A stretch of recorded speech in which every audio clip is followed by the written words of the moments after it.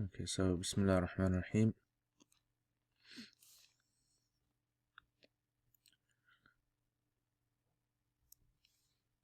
Right, so قال بعض بني قيس بن ثعلبة.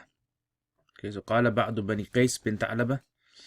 So this poet, his real name is Bashasha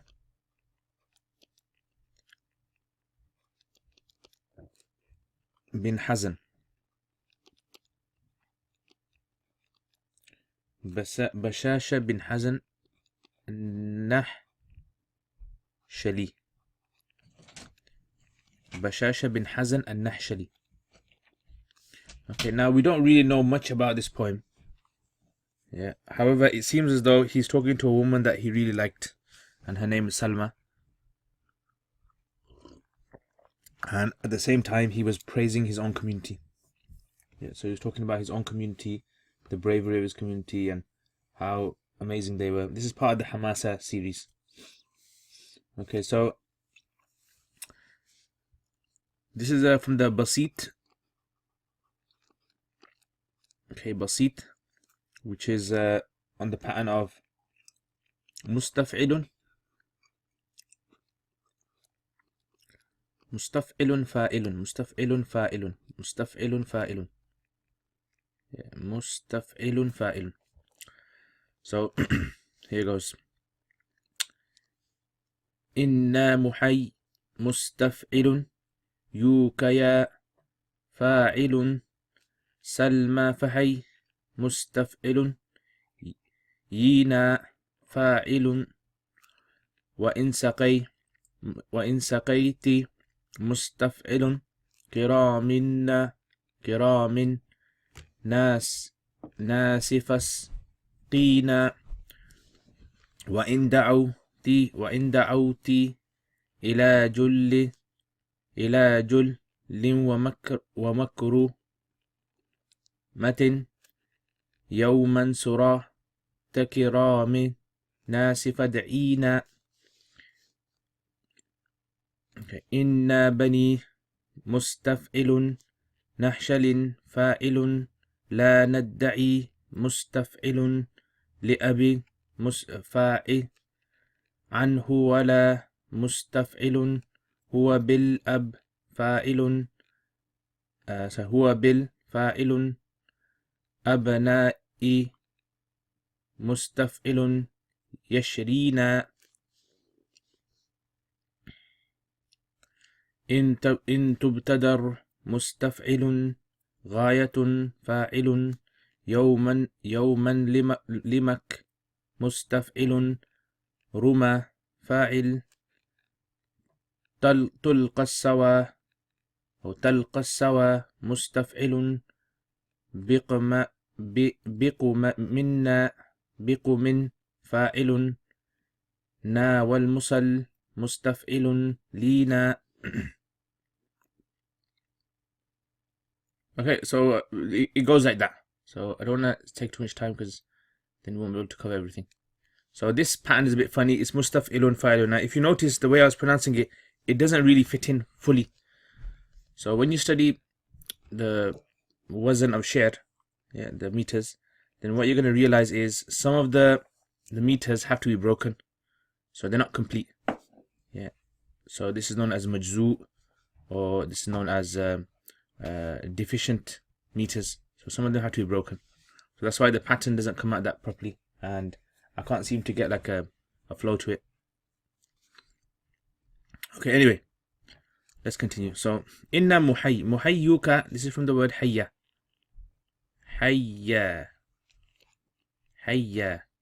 So hayya yuhayyi tahiyya, this is a word which is used for greeting someone, just like in the Quran, huyyitum, when you are given greetings, for hayyu, yeah, then greet the other person. So hayya. So the words that the Arabs used to use for greetings was tahiyya. Yeah, this was like the way they used to greet each other. They would give tahiyya to each other. Hayya yuhayyi tahiyyatan. That's why the Quran uses that. And if you were to give greetings to like an authority, a king, or someone who is high, supreme in the community, then you would say أبيت اللعنة. أبيت اللعن. Yeah, أبيت, but أبيت is أبا يأبى. Yeah, أبا يأبى, أبيت, or أبا يبي. So أبيت اللعنة, you refused curse. So you say to the king, you refused curse, meaning you're so high, you're so supreme that anyone who curses you, that doesn't even befit you. أبيت اللعنة. Yeah, أبيت اللعنة. So when Islam came, Islam added Assalamu alaikum. Yeah, so salam is when Islam came, it gave the Arabs that kind of greeting. Yeah, now the word hayya yuhayyi, yeah, hayya yuhayyi, this is from the word life, hayat. Okay, so hayat is like you're greeting someone with life. So hayya, hayyaka, the Arabs say hayyak Allah. Yeah, hayyak Allah. So hayyak Allah has the kind of meaning in there that may Allah give you life as well. May Allah prolong your life. So inna muhayyiki. Inna muhayyuki, sorry. Inna muhayyuki. Ya Salma. So Ya Salma, O Salma. So Salma is the woman that he's addressing. So Bashasha is addressing a woman called Salma, and he's trying to tell her to honor him and his tribe. فَحَيِّينَا. So this is an amr, hayyina, for a woman. Hayyina, so greet us. وَإِن سَقَيْتِ كِرَامَ النَّاسِ. Saqa yasqi, it means to give drink. To give someone drink. Kiram al-nas, kiram is the plural of kareem, honorable person. Kareem. And fasqi is an amr, the command to a single woman. Isqi, isqina, give us drink. Okay, so what does this mean then? So, inna muhayyuki ya Salma. O Salma, indeed, we are the ones, or we are greeters to you. Inna muhayyuki, we are giving you greeting. Fahayyina. And so, in response, hayyina, give us a greeting as well. So we've come to you to greet you. So out of respect and out of honor, you should respond to us and you should greet us as well. وَإِن سَقَيْتِ كِرَامَ النَّاسِ. And when you give drink to the noble people, then فَاسْقِينَا, then give us drink as well. Now, what does this mean, drink? This is actually an Islami poet. Yeah, according to the majority of the commentators, they say this was an Islami poet. So, fasqina, this can actually refer to like a dua.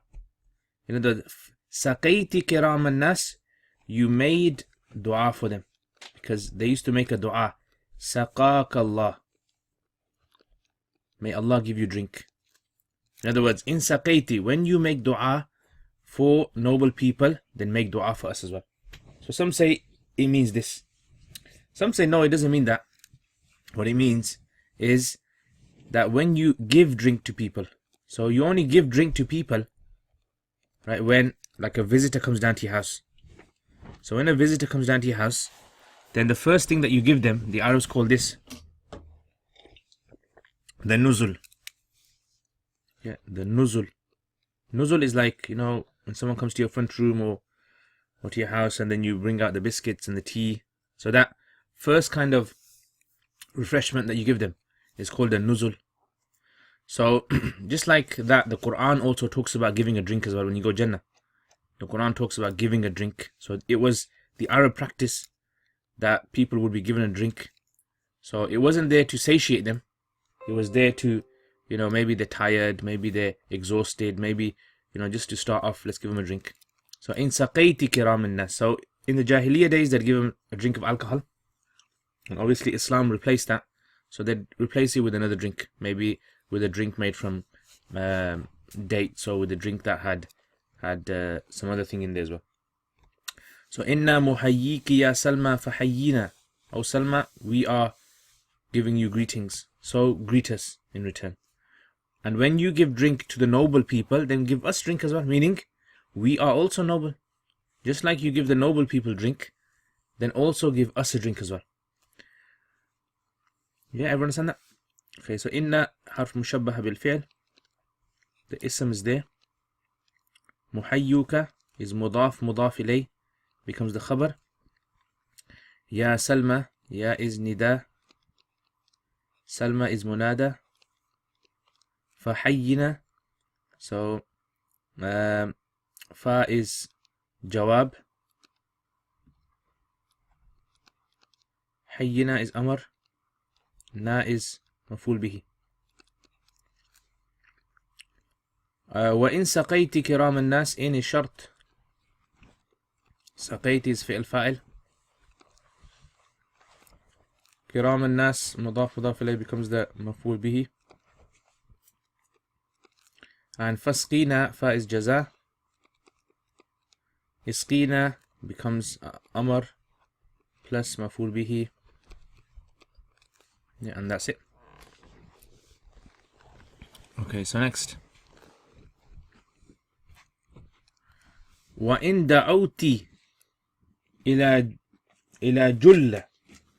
وإن دعوت إلى جلة ومكرمة. Okay, so دعوت in the Arabic language, da'wah, it usually refers to two things. Number one, food. Yeah, da'wah refers to food. And number two, da'wah refers to like a general open invitation to something. Yeah, so like inviting to Islam, they call it da'wah. But originally, it was used for food. Yeah, da'wah. So, da'awti ila julla. So this is julla. Yeah, julla. So julla is like اسم تفضيل مؤنث. Yeah, like اسم تفضيل مؤنث. فعلا. فعلا. And because it's made up of the root letters jim, lam, lam, you say julla.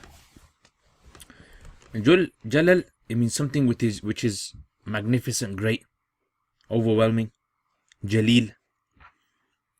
And makrumatin, makruma is from the word, again, like before, kiram, something that's honorable.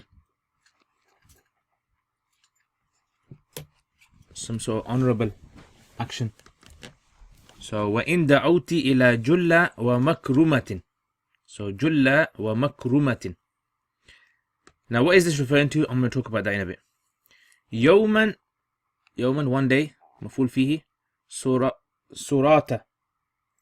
Okay, or sarata. Sarata is better. The fatha. Sarata kiram الناس. Sarat, this word is from, it means leader. Okay, so sarat الناس, it refers to leader. Yeah, or leaders. So it means like the highest level or the authority. Yeah, the leaders. Sarata. Fad'ina. Fad'i is the amr plus the maful bihi of da'wah. So okay, what does this mean? So he says, O Salma, in da'awti ila julla. If you invite people for a julla, something that's magnificent, meaning battle. So the Arabs used to consider a battle, like going for war with other people, to be something magnificent, and they consider it an honor that you invite them to it. That you invited other tribes, that you said, can you participate with us and help protect our tribe or our city? So that was a julla, that was. So in da'awti ila julla wa makrumatin. So makrumatin, it means anything that has goodness in there. Yeah, anything that has karam in there. Kindness, generosity, like food or something of that sort. So if you invite people to something that's magnificent, like a battle, or something that's honorable, like food, yawman, one day, sarata kiramin nasi, the leaders of the most honorable people, fad'ina, then invite us as well, because we also are honorable people as well. So شرط دعوتي is فعل plus فاعل. إلى is jar مجرور, all that is معطوف مجرور plus the jar متعلق to. يوما is مفعول به. صراط كرام الناس is the مفعول فيه, and this is the مفعول به. and فدعينا, this is the جزاء. Yeah, like we said, أمر مفعول به becomes the جزاء.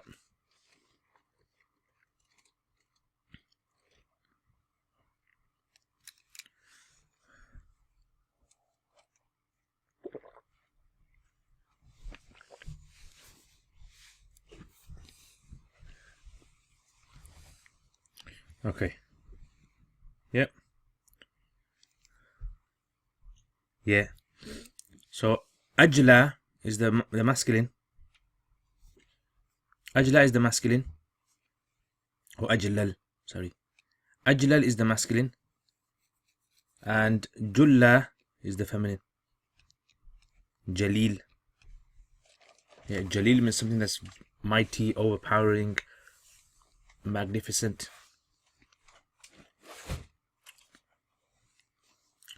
Inna bani nahshal. Okay, next. So Inna bani nahshal. So bani nahshal is his tribe's name is Nahshal. Okay, Inna bani nahshal. La nadda'i li abin. No. Jala means to expel something, to remove something. Jala.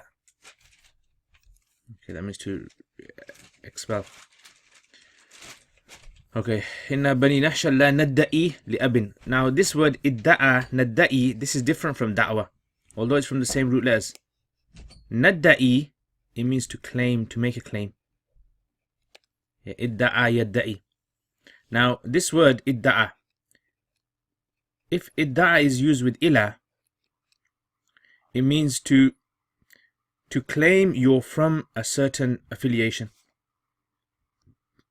And if you say idda'a an, idda'a, if you say idda'a and use an after it, then you mean you claim that you're not affiliated to them. Yeah, so this is why the Prophet ﷺ, he said, Man idda'a ila ghayri abihi.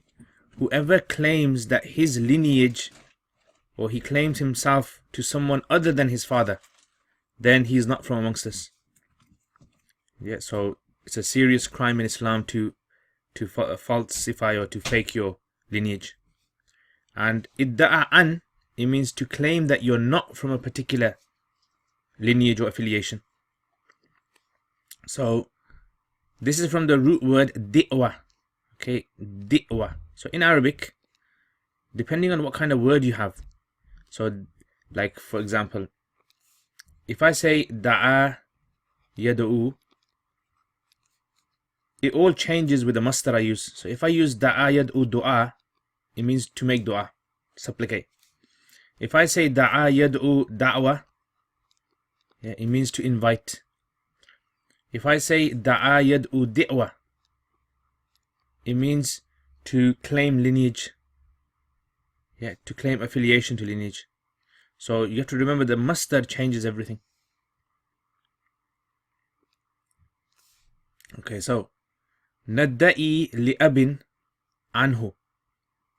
So he's used li over here, anhu. So anhu, la nadda'i, we do not claim from our father, yeah, someone else. Wala huwa bil abna'i yashrina. Now in Arabic, the word shara yashri, it means to exchange.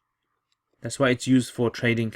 Ishtara, because shara means to change or to exchange. Yeah, so this is why this is a strange word. It's like the adad words that we talked about before, opposites. So this can be used for buying, and it can be used for selling as well in trade. So you can say sharaytu hadha, meaning I bought this, or sharaytu, I sold this as well. Yeah, so here yashrina refers to the literal meaning, which is exchanging. So وَلَا هُوَ بِالْأَبْنَاءِ يَشْرِينَا. So what does this mean then? So the wording is a bit kind of muddled up. So let's try and understand it bit by bit. We, indeed we, Banu Nahshal, we, the progeny or the tribe of Nahshal, do not claim from our father another father. Like we do not claim that we belong to someone else besides our father. وَلَا هُوَ بِالْأَبْنَاءِ يَشْرِينَا. And nor does our father, he goes back to our father, nor does our father, he, exchange us with other children, bil-abna. Yeah, so basically what he's saying is that we are so proud of our lineage that it works mutually. We are proud to be from our forefathers, and our forefathers are proud that we are from them. And they would never exchange us for anyone else. Likewise, we would never affiliate ourselves to any other forefathers. So here he wants to show the importance of his lineage, that his lineage is so high that nothing can stop him from being from Banu Nahshal. So, and this was also a tribal thing as well. The prouder you were of your lineage, yeah, the more of a man you were, the more braver you were, the more stronger you were, the more noble you were in your community. Even if your tribe was a small tribe, but affiliation to your tribe was something very big. And this is why in Hajj, in the days of Hajj in Jahiliyyah, after they used to perform the rituals at Mina and Arafat, they would all sit down in groups and they would start praising their own tribes. So when Islam came, Islam replaced that. And the Quran mentions about this, that Udhkurullaha, remember Allah, just like you used to remember your forefathers before. Yeah, in other words, just like you used to talk about your forefathers, you mention your forefathers. Yeah, replace all of that with remembering Allah now. Because boasting about your forefathers was based on arrogance and pride. Okay, so inna, this is harf mushabbaha bil fi'l. And like I said to you before, the more you learn about Jahiliyyah, the more you're going to understand the Quran correctly. And the less you know about Jahiliyyah, the more mistakes you'll make in trying to understand the Quran. So inna, nahnu is the ism. Now look at this now. You know this Bani Nahshal. This is mudaf ilayh, right? But this is called mansoob ala al-ikhtisas. So I don't know if you guys have come across this in Nahu. Yeah, but in Nahu, if for example, like I say this, if I say Nahnu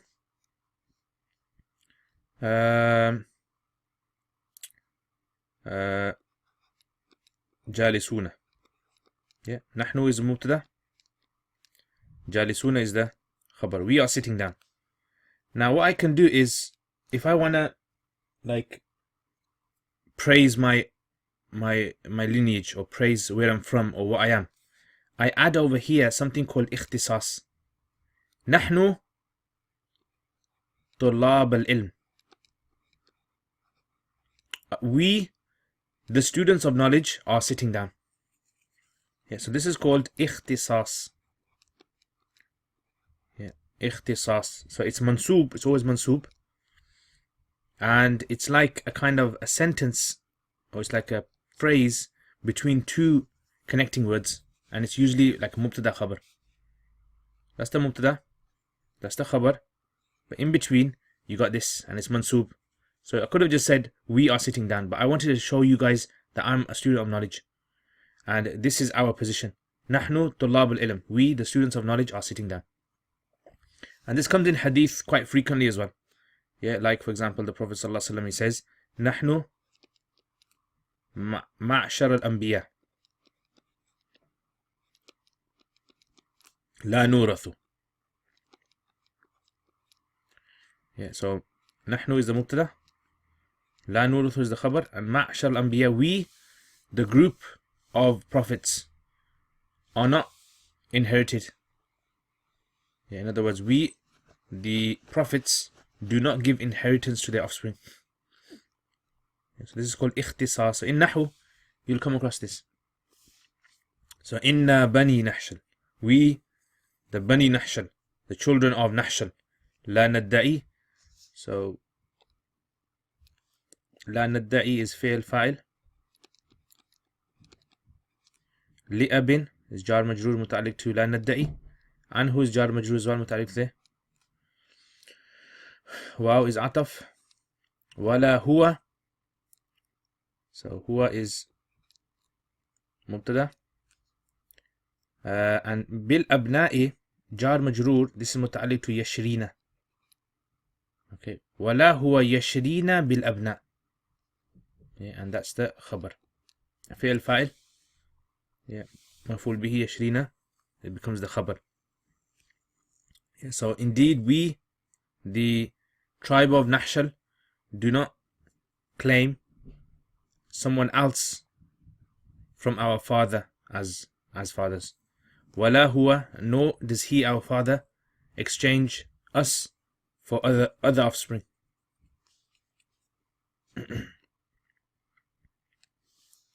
Okay, next. In tubtadar, this is majhul. Tubtadar غاية. In tubtadar غاية يوما لمكرمة. Okay, so tubtadar, it means to hurry, to hasten. Ibtadara yabtadiru. Yeah. Bidar, badara, it means to hasten, to quicken. Yeah, so badara, ibtadara, it means to hasten, to hurry up, to do something quickly. In tubtadar ghayatun, ghaya, it means the end point. Like we did in that poem before. غاية كل حي. Yeah, غاية كل حي. End point of every living person. Makrumatin, within that. Talqa. You can have this two ways. Tulqa, majhul. Tulqa sawabiqu. Or you can have it ma'loom. Yeah, ma'loom. Then in that case, if it's ma'loom, then it would be talqa as-sawabiqa. Okay, talqa is from the word laqiya, to meet. Okay, so to meet. Sawabiq is from the word sabaqa, sabiq, the one that comes first. Yeah, or sabiq, the one that precedes, surpasses. Wal musalli. Now, musalli does not refer to like praying salat or anything. Musalli actually refers to sa, lam, waw. Salah, it actually refers to the movement of the hips of a camel.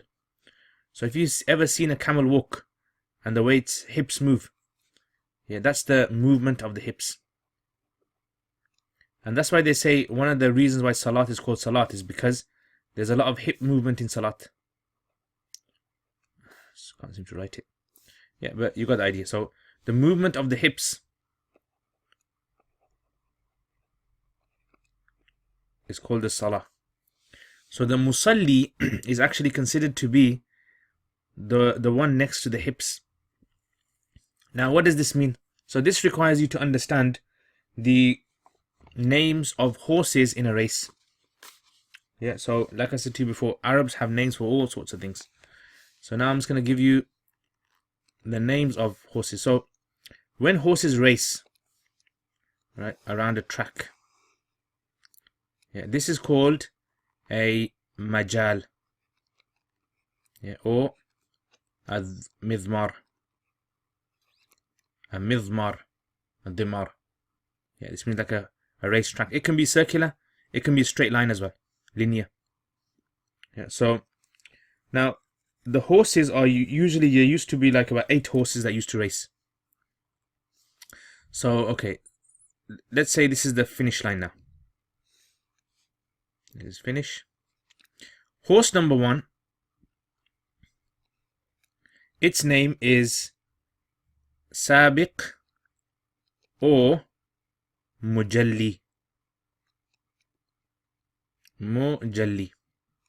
That's horse number 1. It's called a Sabiq or Mujalli. Mujalli. Number 2. The second horse that comes second is called Musalli. Musalli. Yeah, the reason, like I said to you, Musalli is the hips. Because it came second, it was right next to the hips. It was right next to the hips of the first horse. Yeah, so the first is the Mujalli. Yeah. And like the brother said, the word Jala. It's from the same word Jala, which means to go away. Yeah, to go far away. So Mujalli came first, so it's the furthest. Musalli is next. It's at its hips of the second one. The third is called Musalli with a sin. Yeah, Sila means like to sneak through. Musalli. Then the fourth is called At-Tali. The fifth is called Al-Atif.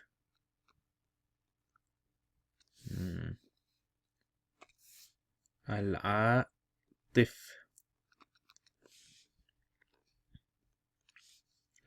Number 6 is called Al-Murtah.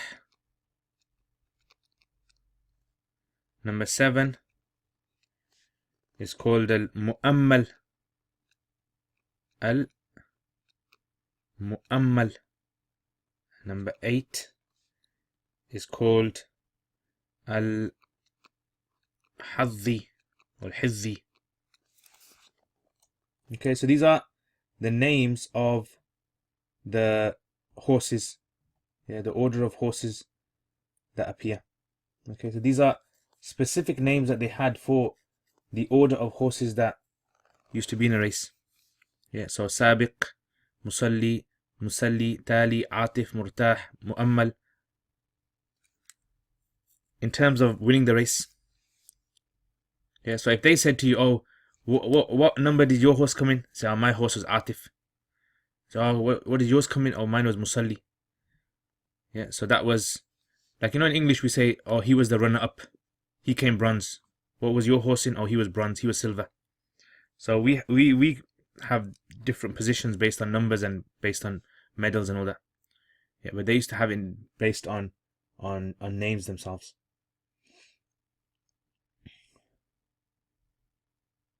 Okay.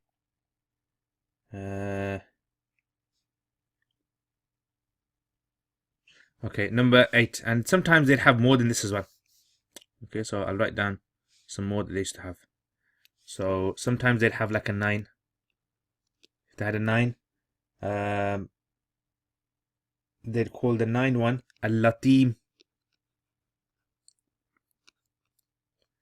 Number 10, they used to call the 10 one As-Sukait. Sukait. Yeah, these are the ones that they generally have. I don't know if there's after 11, if there are any, but usually they have these. Yeah, so Latim means like slap in the face. So maybe they used to have a tradition where if he came 9th, he used to get a slap. Or Sukait means the small quiet one. So maybe like he would lose, so he would be sad about this. Yeah, you can get this in a book called Al-Mukhassis. If you look in most of the books of Lugha, you'll get these names. So Al-Mukhassis by Ibn Sida has this. You can get this in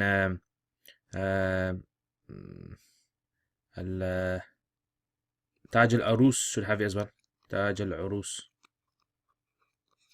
should have it as well. Lisan Arab should have it as well. Yeah, and the commentaries of Hamasa, they should have it as well. So just like they have these, and you can also maybe I think in Tha'alabi's Fiqh al-Lugha, check there. They should have it there as well. They also have like names for other things as well. Yeah, races and competitions, raffles, drawing lots. So they had names for all these things. So anyway, so like I said, you need to understand Jahiliyyah if you want to understand other poetry. Because if you just read that Talqa Sawabiq Minna wal Musallina, you might get confused. So let's look at what the translation is then. So in tubtadar ghayatun yawman, that if the end point is hurried. Yeah, a race, in other words, is a race, and the end point is hurried, is raced for. يوما لمكرمة, to receive an honor. تلقى السوابق أو تلقى السوابق, you will find the ones that come first. سوابق, you will find the first position. منا والمصلين, and the second position. So gold and silver will be for us. You'll find that. Yeah, so in other words, whenever there's a competition and it's to reach the finish line, you'll always find us in first and second position. Yeah, that's how excellent we are in these competitions. Okay, let's do the tarkeeb of it. In shart, تبتدر is فعل مجهول, نائب فاعل, يوما مفعول به, لمكرمة is جار مجرور متعلق to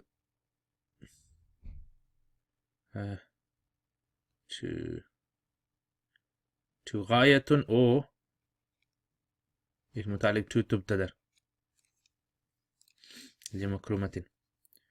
تلقى السوابق, تلقى if it's fail file, then if it's majhul, then that's fail, and then that's naib file, and if it's ma'roof, then that's fail, and that's maful bihi.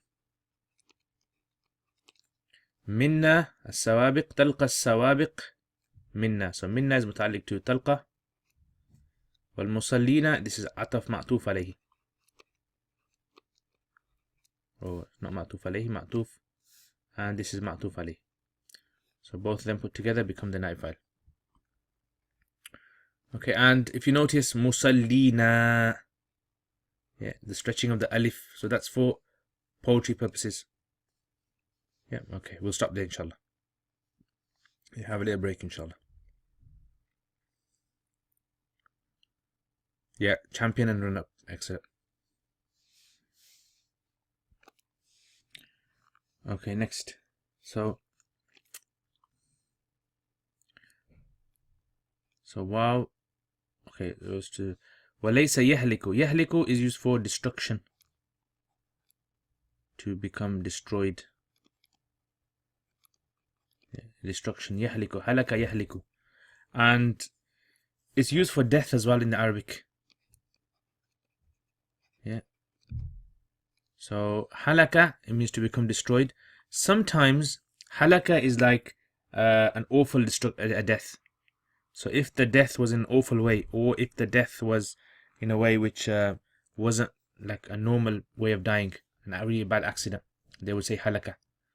But sometimes they just use it for death. Like in the Quran, Allah mentions about Yusuf alayhi salam, he used the word halaka. Yeah. So halaka is used there, referring to death as well.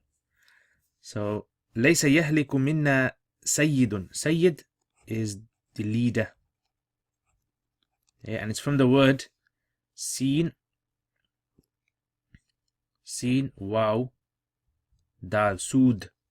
Sud means black, and sawwada, yusawwidu, it means a person is given leadership. Yeah, so in other words, when a person is given leadership, it's like he's taken a position where he becomes like center of focus now. So usually the center of focus, if you look from far away, it looks dark in color. So the Sayyid would be the person who was the leader of the tribe. Yeah, Sayyid. So Sayyid meant the leader, Sayyid, Siyada, the person who had the authority. Abadan, forever. Iftalayna is from Iftala Yaftali. Now this word, Iftala Yaftali, it actually means when a small fowl, yeah, like a baby horse, starts to eat solid foods now. So when a small horse begins to eat food, yeah, it goes off milk and it starts to eat food now. Yeah, it's weaned off the milk onto the food. You call that iftila. And for baby children, humans, you call it fitam. fitam. Yeah, so he's used like the horse version of fitam. In other words, the weaning off of the child. إلا افتلينا غلاما. So ghulam is used for usually a boy, a minor boy who's under the age of puberty. سيدا, then that فينا. So what does this mean then? وَلَيْسَ يَهْلِكُ مِنَّا سَيِّدٌ أَبَدًا. No leader of ours ever dies or ever is destroyed or killed. إِلَّا افْتَلَيْنَا, except we breed or we nurture or we wean a ghulam, another boy, as a sayyid fina, amongst us. So in other words, when one sayyid dies, when one leader dies, immediately someone else takes his place. So we're nurturing our youngsters, our offspring, to take their places. Yeah, so never does the leader, one of our leaders, die, except that one of the youngsters is being nurtured to take his place. So in other words, our community is so strong that we don't depend on one leader. It's not that if you kill our leader and that's it, it's all over. It's actually, if you kill our leader, another leader will come in his place. Yeah, that's how efficient our tribe are.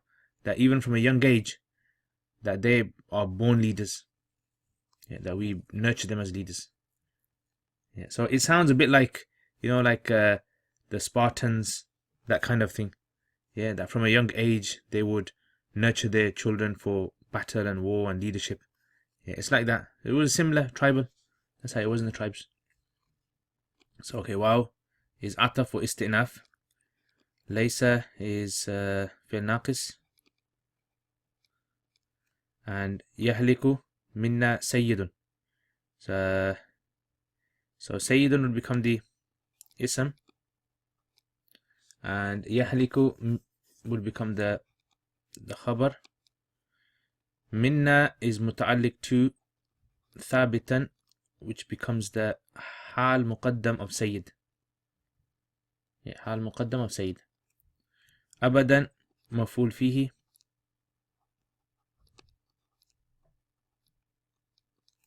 Illa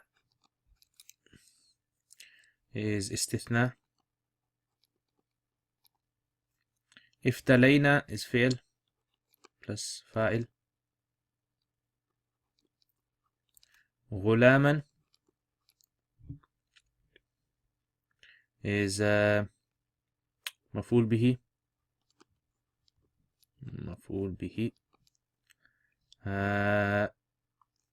And sayyidan fina, this would become the sifa of the مفعول به. غلاما sayyidan fina. Yeah, غلاما sayyidan fina.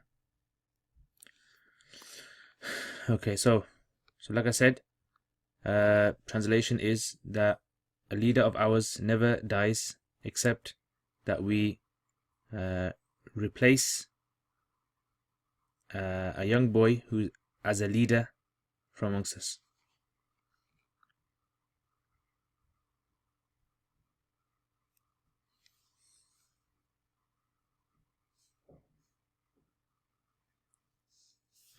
Okay, inna lanurkhisu. Yeah, so okay, is laysa being used to negate the verbal sentence instead of lam due to poetic reason? Yeah, so they put it there because of poetic reasons, but the ism of the laysa would be sayyid. The ism of the laysa would be sayyid. I mean, you can use laysa with the meaning of la yahliku minna sayyid. Yeah, that's possible as well. But I would say making the sayyid into the ism mu'akhar, that would be better to fit in with the grammar rules. Try and fit the grammar rules as much as possible in poetry, and only when you're forced to change, then do that. Okay, by the way, new order of translation before i'rab makes code more efficient and comprehensible. Alhamdulillah. Okay, right, next. Nurkhis, rakhasa, rakhis. Okay, rakhasa, it means to make something soft. And this word is used to make something cheap as well. Yeah, so tarkhis in Arabic, rukhsa as well, dispensation, is used because from the hard ruling, from the strict ruling, the ruling comes down to the soft ruling. Yeah, so in fiqh, they'll say this is a rukhsa. This is a dispensation that you can take, meaning this is a softer ruling. So nurkhis is to lower. Yeah, and the Arabs call a soft woman, like a woman whose skin is very soft, they call it imra'atun rukhsa. Imra'atun rukhsa, meaning a very soft woman. Inna la nurkhisu arkhasa yurkhisu irkhas in bab if'al. Nurkhisu. Yawm al-raw'i. Raw' means fear. Yeah, ra'a yaru'u, it means fear that gets right inside of you. Yeah, terrifying. Anfusana, we've done that. Walau nusamu sama yasumu. Sin waw mim. It means to bargain. To bargain. Yeah, sawama yusawimu musawamatan. Yeah, so law nusamu biha fil amni. Aman refers to times of ease or security. Ughlina. Ughli is from the word ghala. Ghala, it means expensive, the opposite of tarkhis. Yeah, so ghala means high price, expensive, high price. So, okay. So what's the translation then? Inna, indeed we, la nurkhisu. Lam is ta'kid. So whenever you get ta'kids in a sentence, remember you can translate it as an oath. Yeah, swearing an oath. Inna, by Allah. La nurkhisu. I swear, inna, indeed. La nurkhisu. I swear that we make cheap yawm al-raw'i, on the day of fear. The day of fear refers to battles. Yeah, war. On the day of war. So on the day of war, when we go for fighting against the enemy, we make ourselves cheap. We make ourselves cheap, meaning that we're ready to die for our people, for our tribe, whatever. So when you're ready to die for your people, it's like you made the value of yourself cheap to be killed in the battle. وَلَوْ نُسَامُ بِهَا فِي الْأَمْنِ. And if, however, if we were to, ourselves were to be bargained, in other words, if we were to sell ourselves in amn at times of ease and security, ughlina, yeah, we would be very expensive. Yeah, so in other words, when it's a time of peace, yeah, and security, we consider ourselves very expensive, in other words, very honorable. But when it's a time for battle, then we're not cowards, that we're ready to give our lives for whatever it takes. Yeah, so you can see how he's created imagery here as well, by comparing the valuing themselves in death and life as a businessman, tradesman, buying and selling goods. Yeah, so here, there's also balagha points over here as well. So the balagha points is that there's tibaq. Yeah, tibaq in balagha is where you use opposites. Okay, so tibaq, so for example, like aman is the opposite of raw. Yeah, raw and aman. And nurkhisu is the opposite of ughlina. Yeah, cheap and expensive. This is called tibaq. And you can actually call this mutabaqa as well, because there's more than two. So you got mutabaqa here. So in balagha, where you have, two or more opposites in one sentence. Okay, so nurkhisu, ughlina, raw, aman. Okay.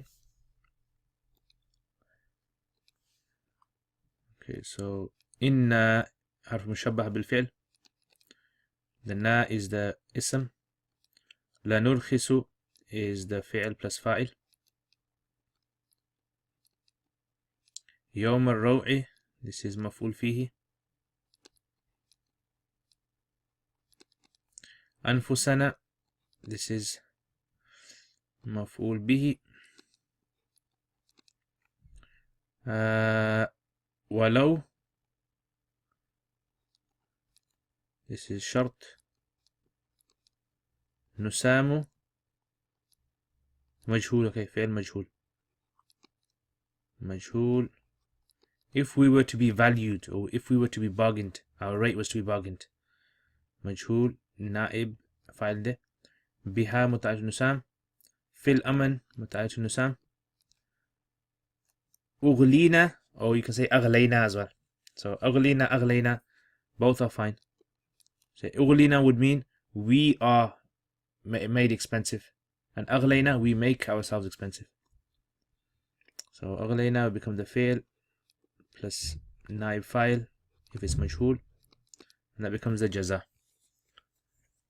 Okay, so again, imagery is creating imagery here, and this is a sign of, you know, eloquence in the Arabic language as well, the amount of imagery you can create as well. Okay, right, next. Bidun mafariquna. Bidun mafariquna. So bid means white. Yeah, bid, bidun, yeah, like white, color white. So abyad, biyad is when you're talking about something white. So in Arabic, if you're like talking about something which is white, like you say a white car, you would say bayda, sayyara bayda. Yeah, and if you're talking about, let's say, a house, a white house, you say abyad, bayt abyad. But if you're just talking about the color white, so you're not making a sifa of anything, then you use the word bid. Yeah, is there sound problems? Yeah, okay. Right, so that's the rule in colors in Arabic. Okay, so for instance, like if I say something like ahmar and hamra are used for colors when you use them as sifas. But if you want to use the word just red, yeah, if you just want to say red, then you say humr. Yeah, and likewise bid and sud. Aswad, sauda is the sifas, and then sud is just black. Okay, so the same principle applies here. Bidun just means white. Mafariq, mafariquna. Mafariq actually means, mafraq is the jama of mafraq. Mafraq, yeah, which refers to the head. So in the hair, imagine this is someone's head, it's their nose. So the middle parting that you have there, that's the mafraq, that is. Yeah, that's the mafraq. Mafraq. Bidun mafariquna. So what does this mean then? So this can mean several things. Number one, it could mean this, that in the Arabs' days, they used to use a lot of perfume on their hair. So we use perfume on our bodies and our clothes. They used to actually use perfumed oils, and they would place it deliberately on the middle parting of their hair. Yeah, so when they used to go to meet someone, the fragrance used to go all around. That was called bidul mafariq, because the more perfume they used to use, the more the hair used to go white. Yeah, so this is where they used to use it. So in that case, then this verse, or this two words mean bidun mafariquna. The middle parting of our hair, or the top of our heads, have become white due to the excess usage of perfume, which shows richness as well. Yeah, luxury. Number two, bidun mafariquna could be a metaphor. Yeah, so it's a metaphor for losing hair. Yeah, so in other words, losing hair. Why are you losing hair for? Maybe old age. Yeah, so in other words, because they're becoming old, or they're losing hair because of hardships that they're facing, difficulties. Yeah, so they're going through difficulties in life, and because they're always fighting in battles. And just like the Quran talks about in Surah Muzammil, when the Quran says that Al-Wildanu Shiba, yeah, Al-Wildanu Shiba, the children will become old. In other words, when the Day of Judgment comes, it's going to be so scary that it's like the children's hairs are going to become old and become white in color. Yeah, so it could all, yeah, possibly. Yeah, so they could be going old because they're so brave and so uh, long living and killing their enemies and all that.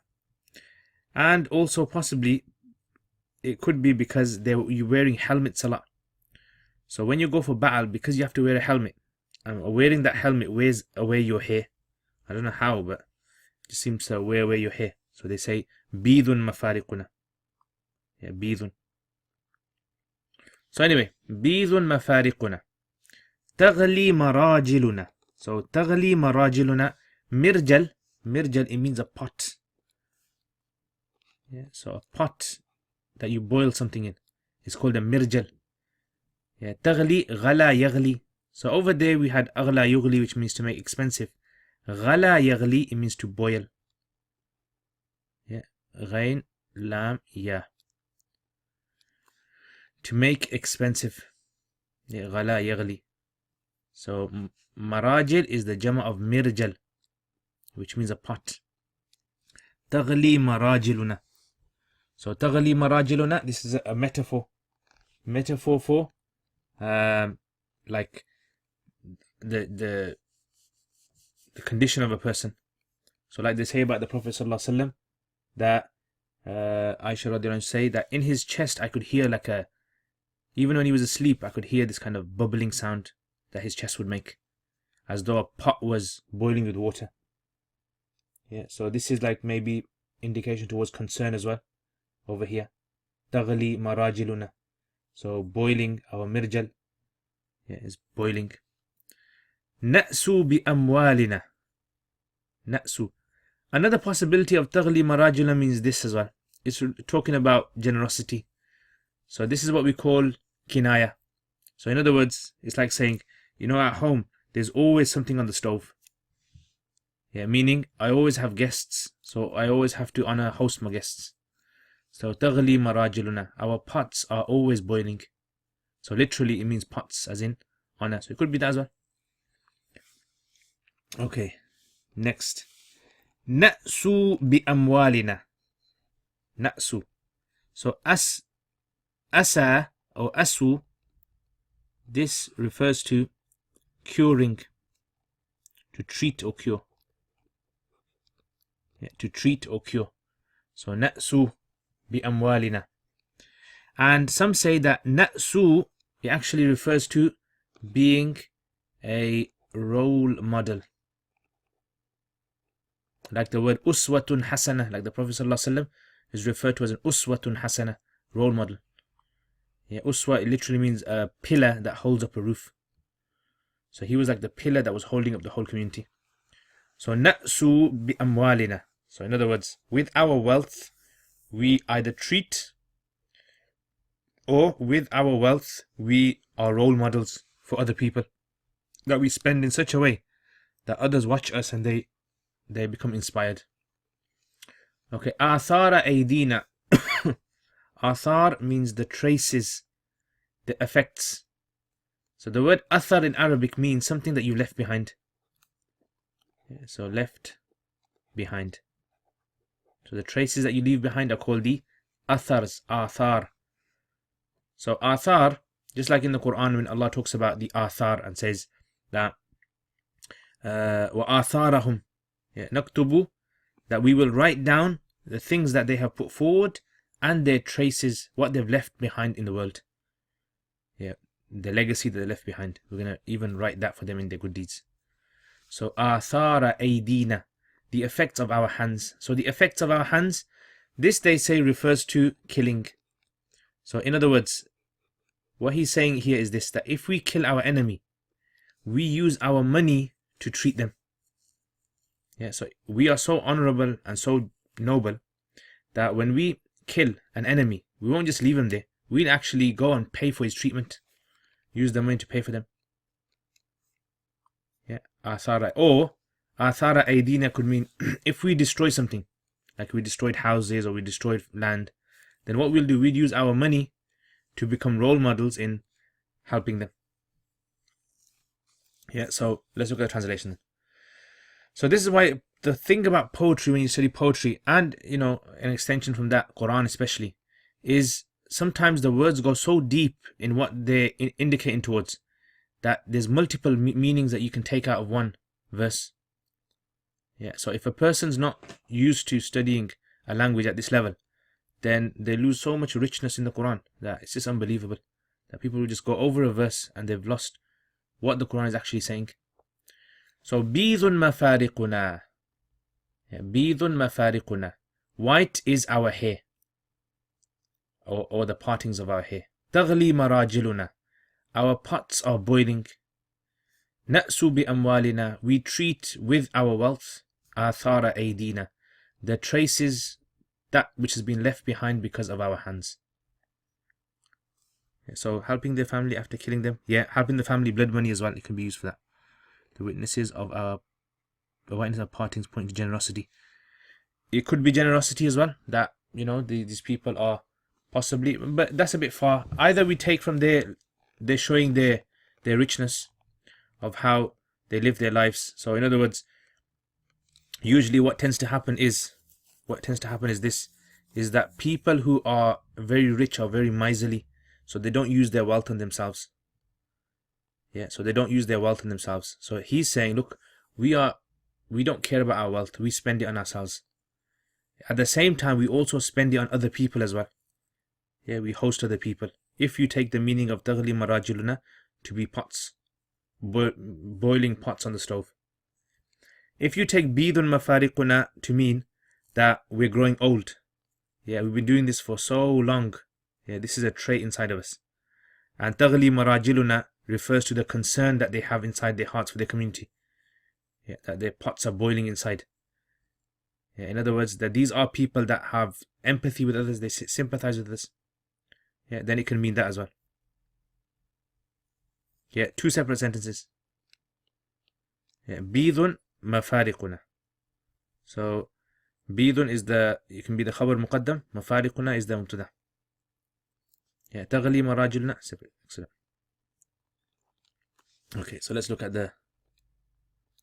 and like I said to you again, this requires, if you want to study Arabic poetry and Quran, you need to know Jahiliyyah. And this is why, hopefully, inshallah, I'm going to do a course on Jahiliyyah in a few months' time. But I'm not going to do it online. I'm going to do it live, inshallah. Yeah, so Bidun, this will become the khabar muqaddam. Mafariquna, mubtada muakhar. Taghli is fi'l. Ghala yaghli, to boil. Marajiluna is the fa'il. Yeah, at a place. Yeah, inshallah. Na'su,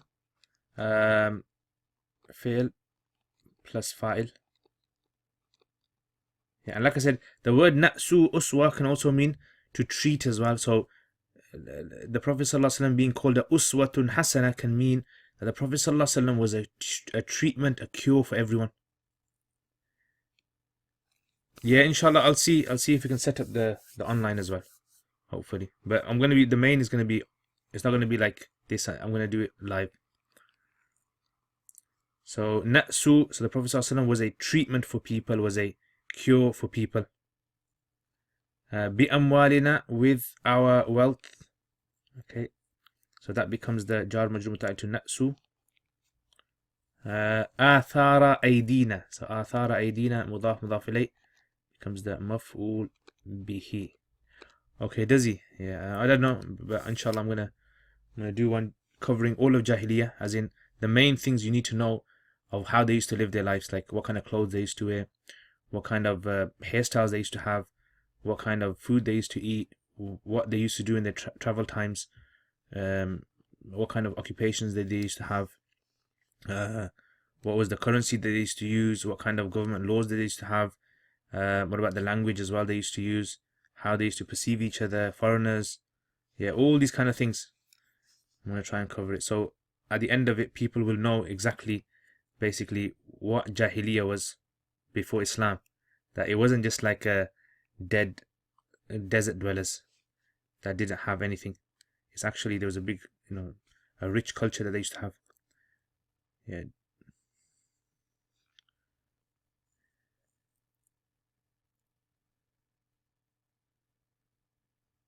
Factor in modern scholarship. Why the nearest? Okay. Inshallah. Ameen. Jazakumullah khair. Yeah. Yeah, inshallah. So I'm just getting some notes ready for that. So because I do so many things at once, yeah, multitask. I do about preparing 3 or 4 courses at once. Yeah, make dua inshallah. Yeah, Arud is coming along as well. I'm working on that. I'm preparing the notes for that inshallah. Okay, anyway. So next, إني لمن معشر أفنى أوائلهم قيل القمات على أين المحامون. Now this kind of wazn and this poetry, if you listen to it, it's got like a kind of very motivational sound. إني لمن معشر أفنى أوائلهم قيل القمات على أين المحامون لو كان في الألف منا واحد فدأوا من فارس أو من فارس خالهم إياه يعنون. Yeah, it's got this kind of jumpy kind of tone. Yeah, you kind of get hyped up when you listen to it. And if you know the meaning of the words, it actually does hype you up. Yeah, so this is one of the effects of this, the rhythm that it has. So ma'shar, it refers to group. Yeah, and it's from the word ashar, because the minimum number for a ma'shar needs to be 10. It needs to be at least 10 people for it to be considered a ma'shar. Yeah, so ashar, ma'shar, a group of people.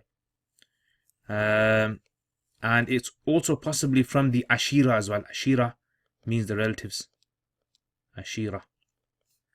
Afna, fana, it means to be annihilated. Fana, to become annihilated, to wiped out, destroyed, absolutely. Afna, yufni. Awail is the jam of awwal. Yeah, awwal.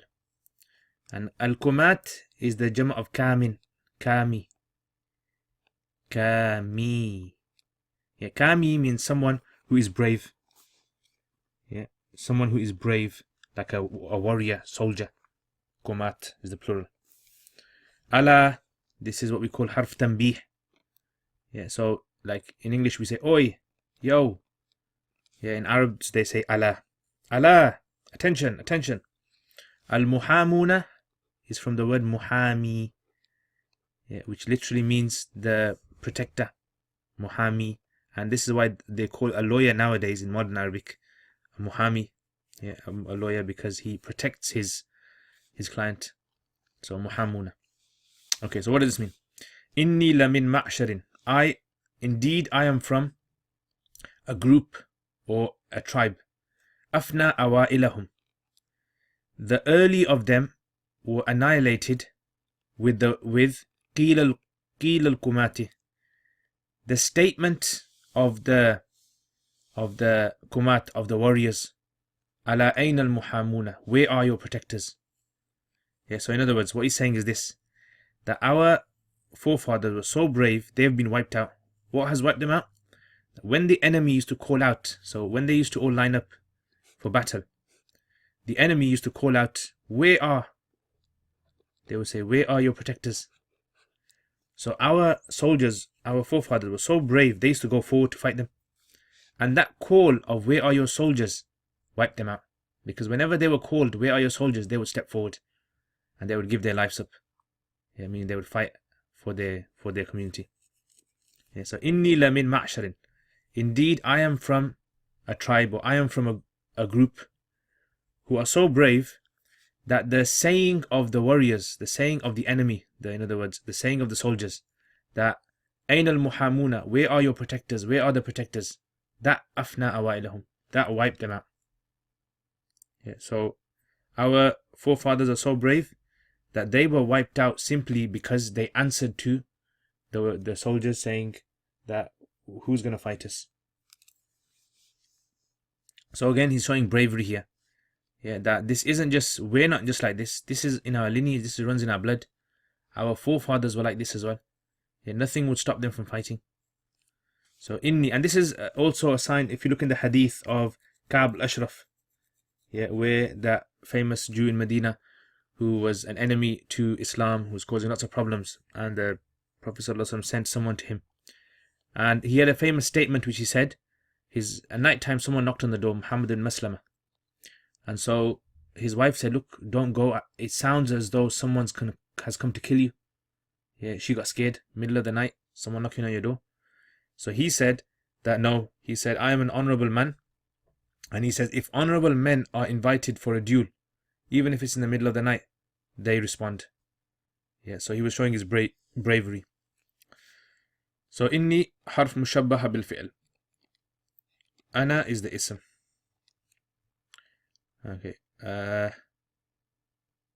Lamin ma'sharin. All of this is the khabar. All of it is the khabar. Right to the end. Yeah, so la is ta'keed. Min jar. Ma'sharin is mawsoof. Afna awailahum is fi'l. The file is qil kumati. Yeah, all of that. Plus this ala ayn al muhamuna. Ala is tanbih, which has no position in the tarkib. Ayna is the khabar. And al muhamuna is the mubtada. Yeah, all that becomes the maqula, which becomes the maf'ul bihi of qila. Of qil. Qila is a masdar, but it has the meaning of fi'l. Yeah, so that's the mudaf. Yeah, and that's the mudaf ilayhi. And that's connected to that. And then that all becomes the khabar, or not khabar, that all becomes the fa'il of afna. Yeah, afna. And awailahum is the maf'ul bihi. Yeah, makes sense. So inni ism, and all of that is the khabar. Min is muta'alliq to thabit. And that becomes the sifa of ma'shar. Sifa plus the mawsoof becomes majroor. And there you have it. Okay, so indeed I am from a group of people or tribe, afna awailahum, the early ones were destroyed, were annihilated with the saying of the warriors, ala, attention, where are the muhamuna, where are the defenders, where are the protectors? Okay, so next. لو كان في الألف منا واحد فدعوا. So we done this da'u, to invite. Now this can be said in two ways. Man farisun, or it can be said min farisin. Min farisin. Yeah. Khalahum, khala, it means to assume. Yeah, this isn't used in the Quran. This is the Arabs use it. So it means dhanna, to assume.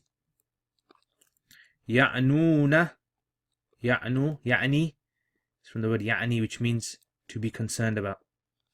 Yeah, to intend or to mean. So the Arabs say ya'ni, ya'ni. They actually say it wrong, really. They're supposed to say a'ni. It's a fi'l. They're supposed to say I mean. Ya'ni means he means. Yeah, but it's their language, so they can do what they like. So لو كان في الألف, yeah, it means means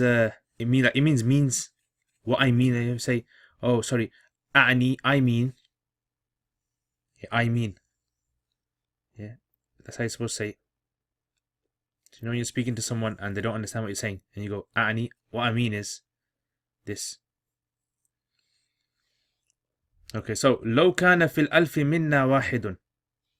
If amongst 1,000 of us there is one. Yeah, in other words, لو كان في الألف منا واحد. If there was one amongst, يعنون, they intend us, they mean us.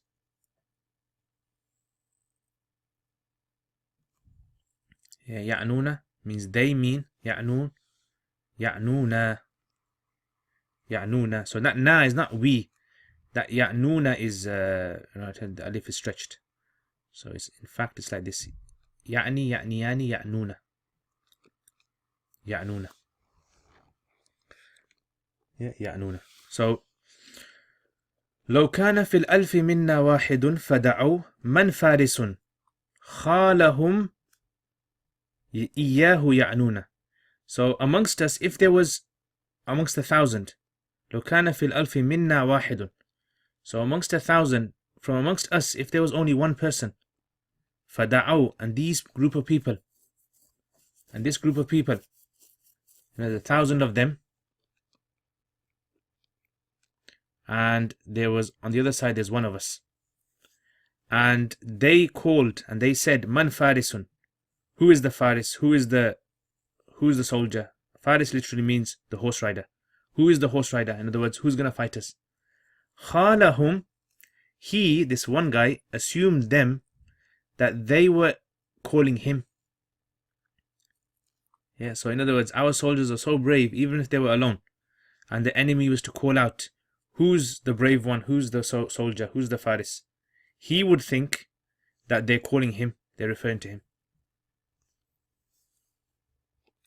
Okay, so low shart. Kana fil alfi minna wahidun. So that wahid is the ism of kana. Yeah, that's a fi'l naqis. لو كان منا واحد. Yeah, so fil alf jar majrur is متعلق to كان. Yeah, so لو كان في الألف واحد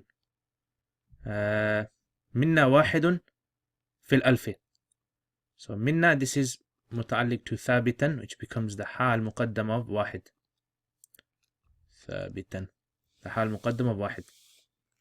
فدعوا عطف, that's فعل plus the فاعل. من فارس, so من is مبتدا, فارس is the khabar, so من is istifham. And فدعوا من فارس, if it's min faris, then min faris jar majrur متعلق to دعوا. So that becomes the shart.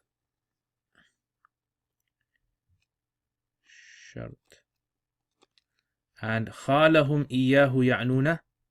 So خال, this is the fi'l. Yeah. فعل القلوب.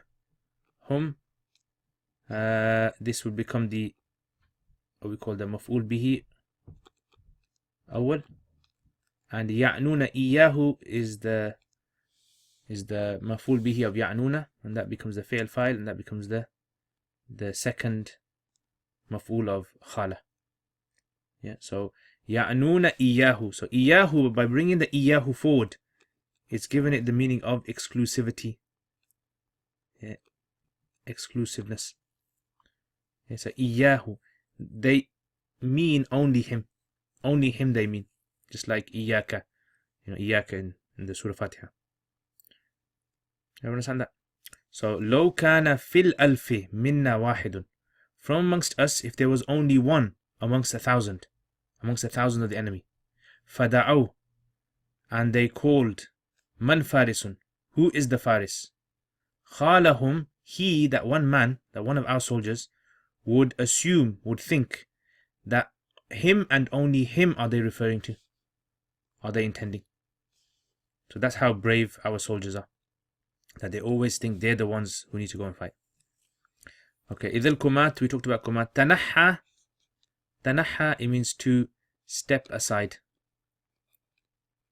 Yeah, to step to one side. Yeah, يعنون. Yeah, يعنون is jama mudhakkar. Yeah, just like يضربون. No, not يعنينا. Yeah. See, like I said to you, that stretching of the alif at the end is just for poetry purposes. Originally it's يعنون. So it was إياه يعنون. In other words, originally it was like this. يعنون who. يعنون who. Yeah. They intended him. Yeah, they meant him. So not me, him.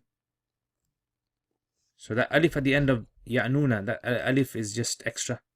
That's just a stretching for poetry purposes.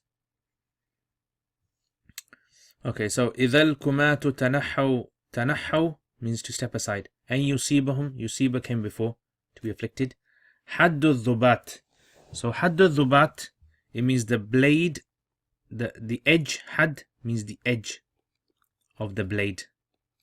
Yeah, dhubat means actually the sharp part of the blade. So here is where I need to just talk a little bit about swords in Arabic. Again, if you don't understand swords, you're not really going to understand Arabic poetry, because a lot of Arabic poetry is about swords. So let me just give you a little brief explanation about swords. Okay, so imagine this is a sword now. So in Arabic, this part is known as the qa'im as-sayf. The qa'im, the handle. Okay, this kind of handle thing, that the sharp part that comes out on both sides, this is known as the sharib. Sharib is like, you know, the mustache when it goes down on the sides. Yeah, it resembles that, so they call it the sharib. If the handle is covered with leather, that leather covering the handle is known as safan. Yeah, so they used to cover it with leather. Sometimes they used to cover it with gold or silver. Yeah, a handle that's covered with gold or silver is called a dajjal. Yeah, if it's like coated with some silver or gold, they call it a dajjal sword, because it's deceptive. Because when you look at it from far, it's like kind of flashy. Okay, this part of the sword is known as the nasal, the metal part. This is known as nasal. Yeah, nasal of the. And if the sword, the blade, if it has like a design on there, they used to put designs on there. You know, just like people put designs on their mobile phones and things, different cases. They call this the rawnaq. A bit like Urdu. The rawnaq. This is the rawnaq not rawnaq. This is called the firind. Yeah, like friend. Firind. The firind was the design. The shininess on the blade is called the rawnaq. Yeah, rawnaq is the shininess. So if you have like a blade that's very shiny, that in the sunlight it glares and glimmers, yeah, that's called a rawnaq. Okay.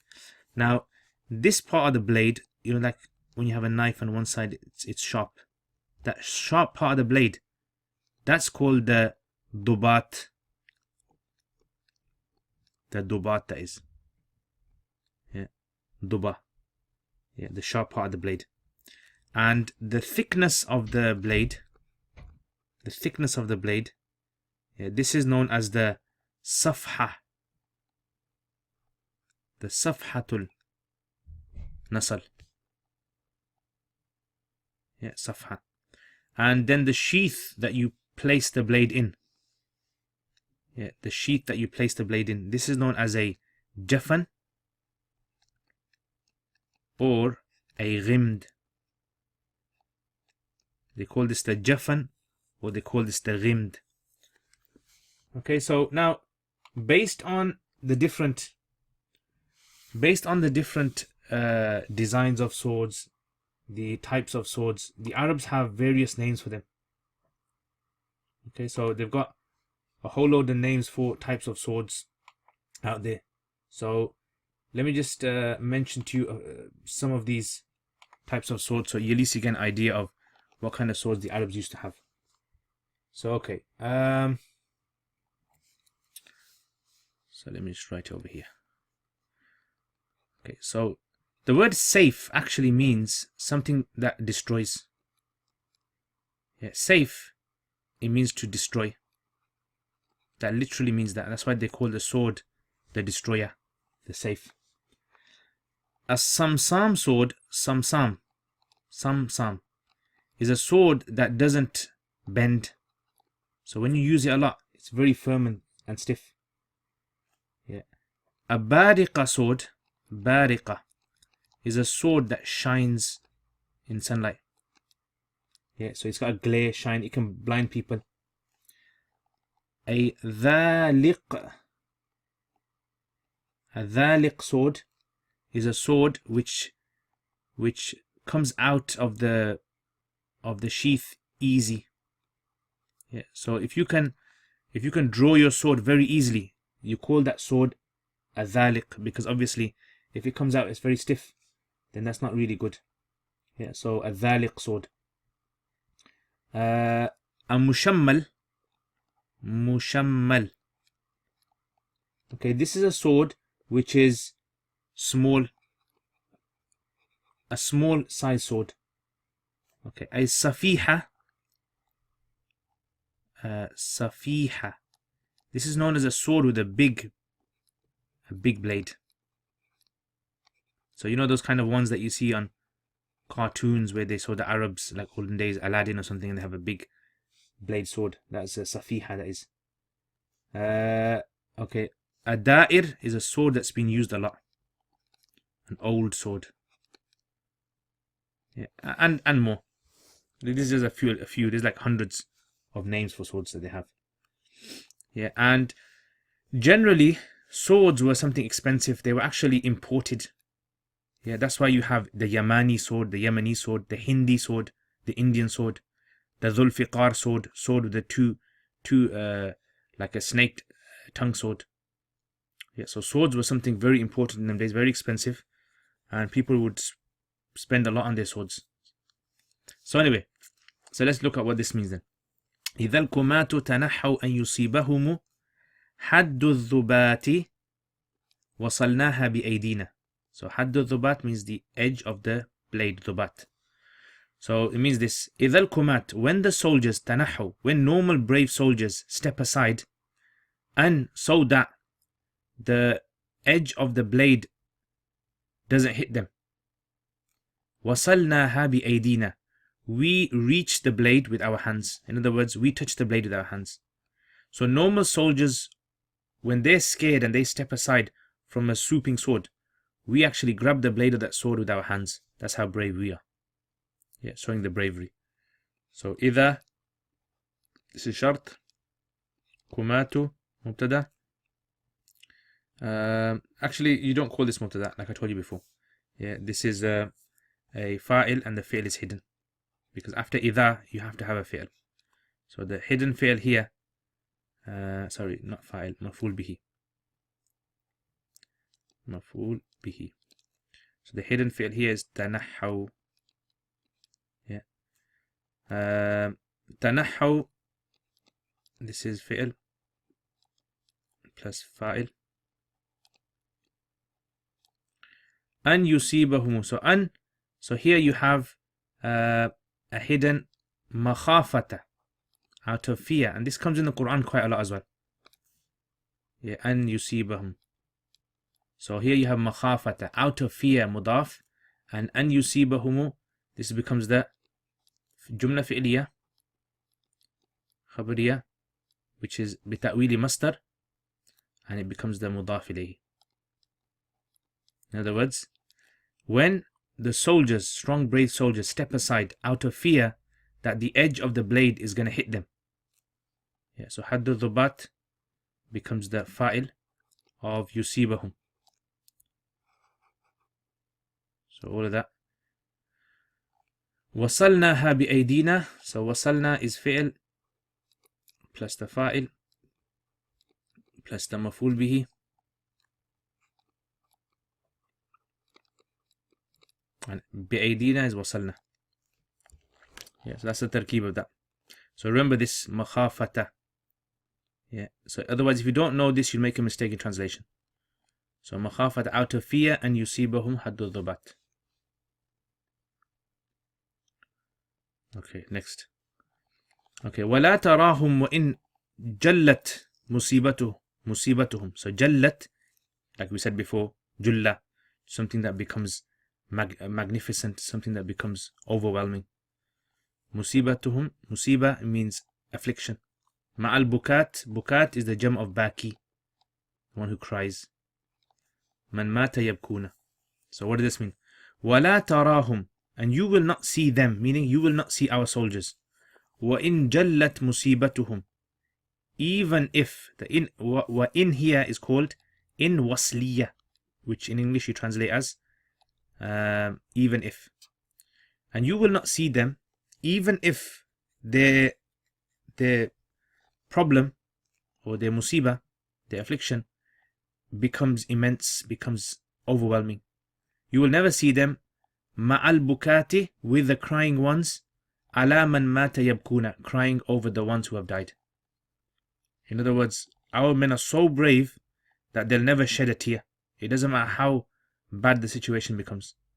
Yeah, so it's like, extremely brave soldiers, and they assumed men who cried, they believe men who cried was a sign of weakness. Again, a Jahiliyyah trait. Obviously, crying men is fine. Islamically, nothing wrong with Prophet ﷺ. He used to cry, and many of the Sahabas cried as well. It's a sign of mercy as well. So, Surah Al-Tarkib. So, وَلَا تَرَاهُمْ فِعْل plus fa'il plus the maf'ul bihi.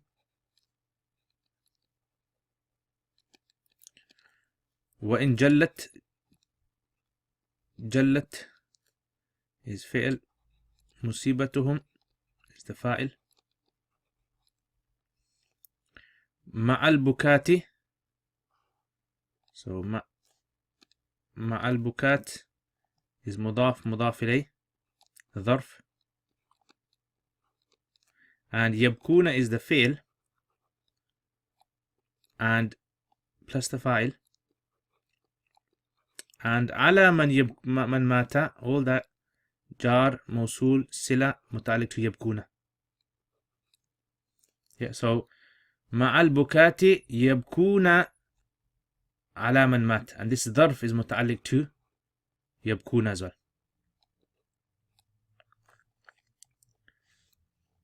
Okay, finally last one. وَنَرْكَبُ الْكُرْحَ. Now remember, in poetry, the first poem, the opening poem is the most important poem for every poet.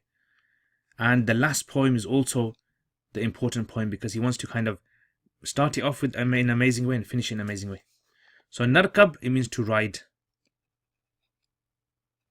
Okay, to ride. Kurh, we mentioned this before many times. Kurh means difficulty. Something that people hate.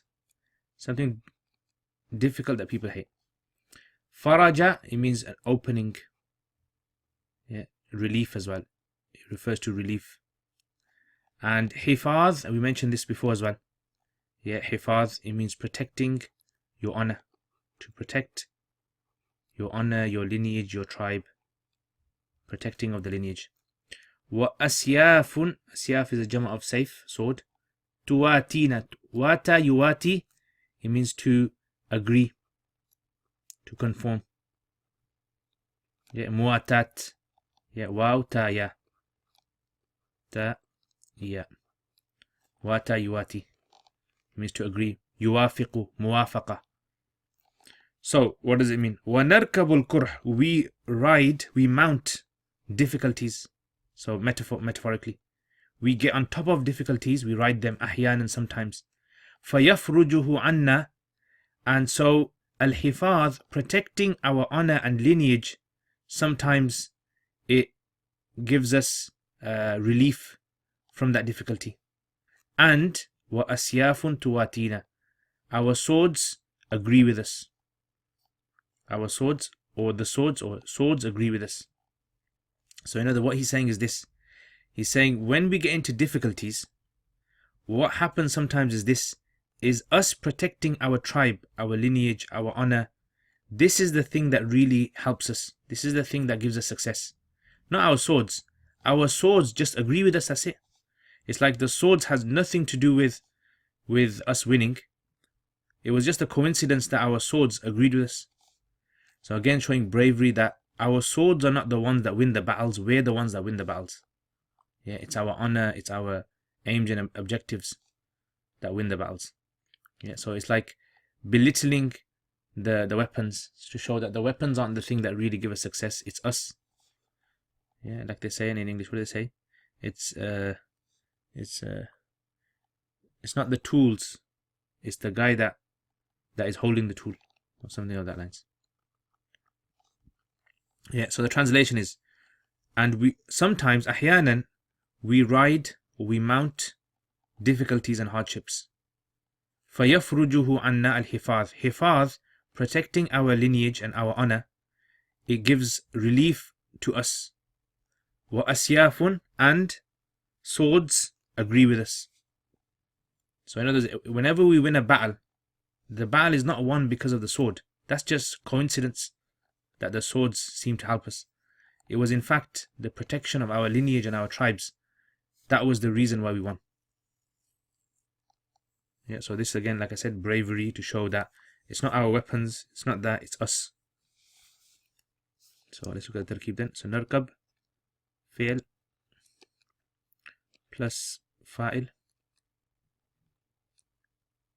قرح قرحة مفعول به أحيانا is مفعول فيه فا is عطف يفرجه is فعل plus مفعول به عنا is متعلق to يفرج حفاظ is the فاعل of يفرج and واو is عطف or it can be استئناف as well, new sentence. أسياف this is the مبتدا and تواتينا this is the خبر. Yeah, so تواتي is a فعل plus فاعل plus مفعول به.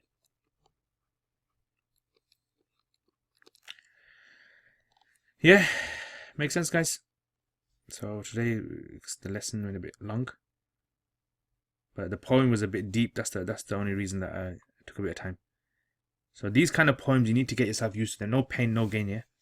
So get yourself used to the hardest poems, and then if you look at the Quran now, if you try reading the Quran just seems so easy now. Yeah, the language is so easy. And that was one of the miracles of the Quran, that the Arabs saw such deep meaning that was written in such an easy way. Okay, so this is the poem then. So this is Inna muhayyika ya Salma fahayyina. Any questions, guys?